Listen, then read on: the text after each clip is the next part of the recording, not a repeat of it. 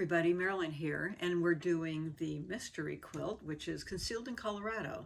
And this is month 3, and this is going to be our last video of this mystery quilt, and I'll tell you why. Oh wait, look at the quilt. I just kidding. A Saturday Sampler. Hey, if you're not doing Saturday Sampler, look at the cool stuff that we're doing.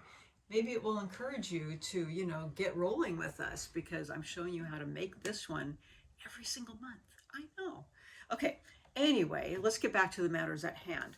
So you know what's happened? You've made all the pieces. Yeah, you have, hopefully. So now comes the fun part. You get to start putting it together. So, okay, let's go to step 6. You have all your steps in front of you. All right, so step 6, where you're going to take, it's going to tell you you're going to use a 4 patch from step 3, an hourglass from step 4, and a 3.5 inch square from something that you cut when you cut. And you're going to put them together like it shows in figure 8. And you're going to make 20 of them. I know, it's a lot, but you can do it. You've done it already. Okay, but this is the key. You have to pay attention to the direction of things. So keep your eye on the figure, all right? That dark in the 4 patch needs to go up to the left. Your hourglass needs to go this direction, and this needs to be on this side. Don't mess it up 20 times. Do it this way correctly, or you're going to be picking a lot of stuff out. Right, Jerry? Right. Been there, done that. Been there, done that. Okay, so do it this way, just like the picture shows you. See? There, this way, here. Okay, 20 of them. All right, now we're going to go down to figure 9 in step 6. Okay, you're going to take the dark square. I'm going to turn this way. And you're going to take that hourglass. Now look at that. It's going this way. And you're going to take the 9 patch, and that is also going up in that right-hand corner, just like this way. Okay? So again, 20 of them. So don't mess it up. All right, Jerry? Got it. Got it. Okay. So those are our step 6. I'm going to turn this way just so I can function a little better. Okay, now we're going to go to step 7, and we have 2 hourglass. Now this one, okay, on the left-hand side, horizontal, on the right-hand side, vertical. And again, the 4 patch is with the dark on the right-hand side. So That's all the of the left side from my view. Oh yeah, left side. It's right side for me. Left side. Oops. Okay. See how easy it is? See how easy it is? Okay, but they're all going in that direction on all of them. Okay, up there. There we go. Okay, so watch that picture. Have it setting in front of you. Lay them all in front of you on your sewing machine this way, 20 up. Okay, and sew them the correct direction and keep your eye. Don't flip them around. Okay, or you're going to not be happy with yourself. Actually, yeah, you make 20 of them. Okay, so now we're going to go on to step 8. Okay, we're going to take this one, the top one that we did in step 6, move those up, and we're going to take a light strip from a 2.5 by 12.5 inch strip that we had from Step 1. Step 1. Because we did all that cutting ahead. Remember that, like eons ago? And we're going to sew it onto the bottom, and we're going to press towards that strip. Okay, so you'll have that. So I've already done that. Here we go. So we'll just put that aside. Okay, and then we're going to take the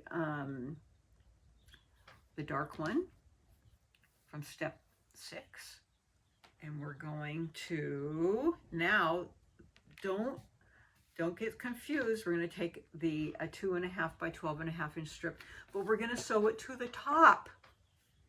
So this one's on the bottom, and this one's on the top. Okay? Don't sew it to the bottom, because then you'll have to take it out.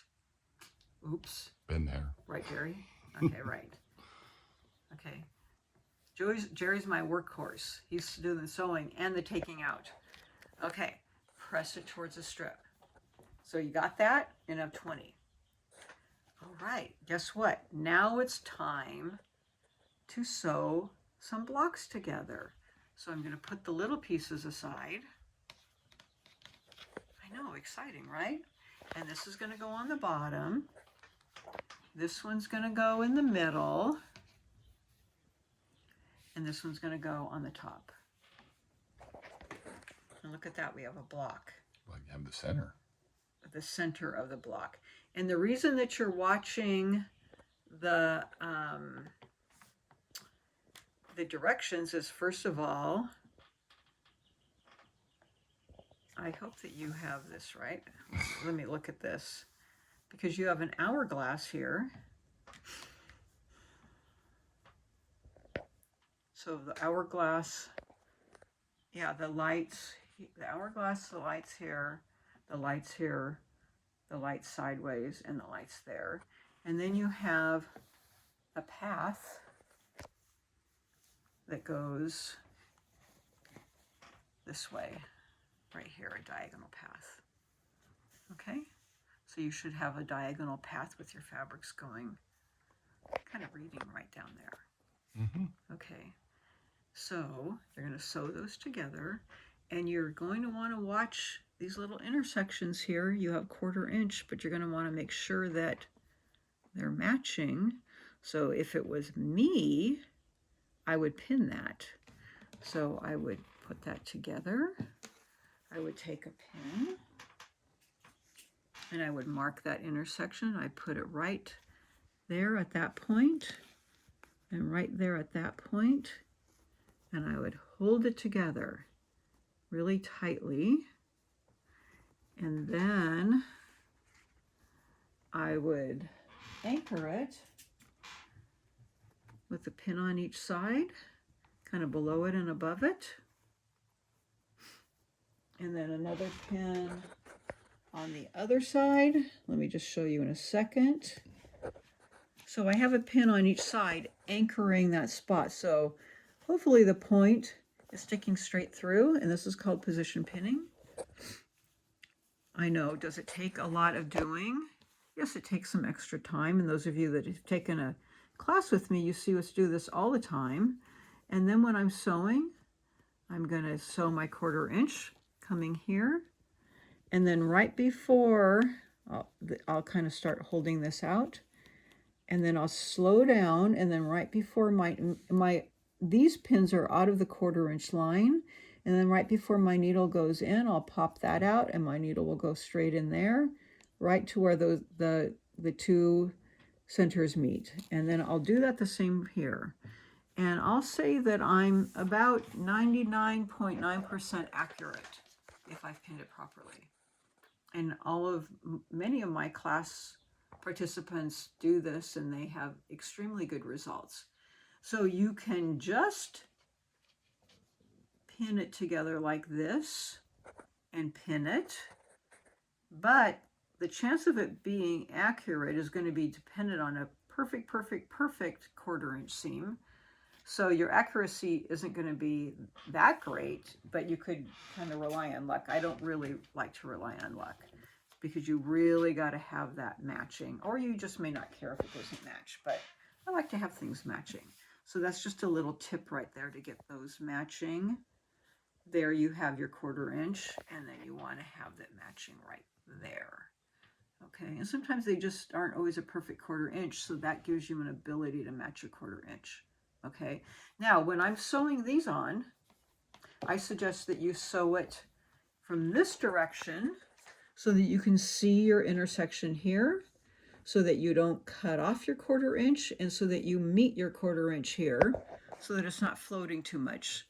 So, you know, if it's short a little bit here, like here it got a little bit short, I might readjust that just so that you don't have it floating too much.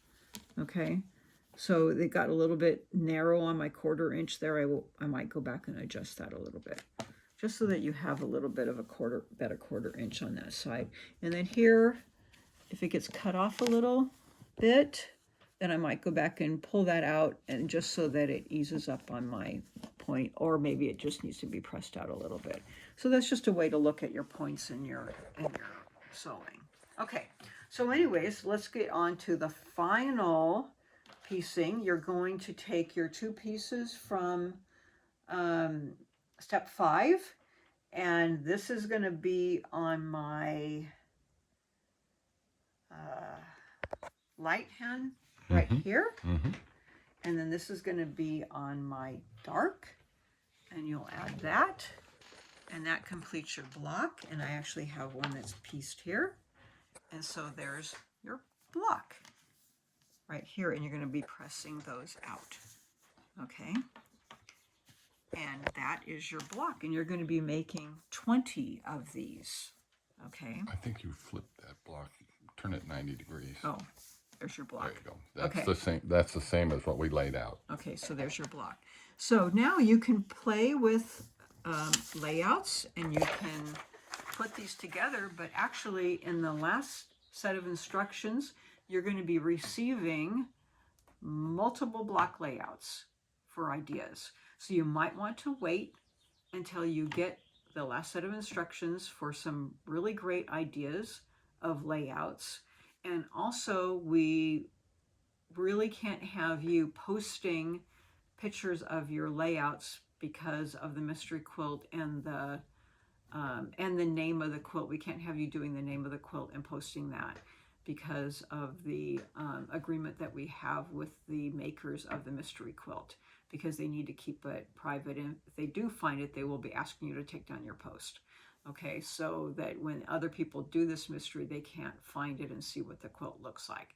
And then also, if you're doing a border, once you get it together, then you can put your border on it. But you might want to wait, like I said, until you see some of the fun layouts that they also have come up with for the block designs. So that's going to be in the next step, but we will also have that to share when we have our get together Show and tell. in our show and tell, which will be coming up in a few months.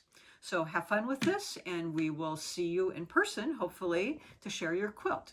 Thanks.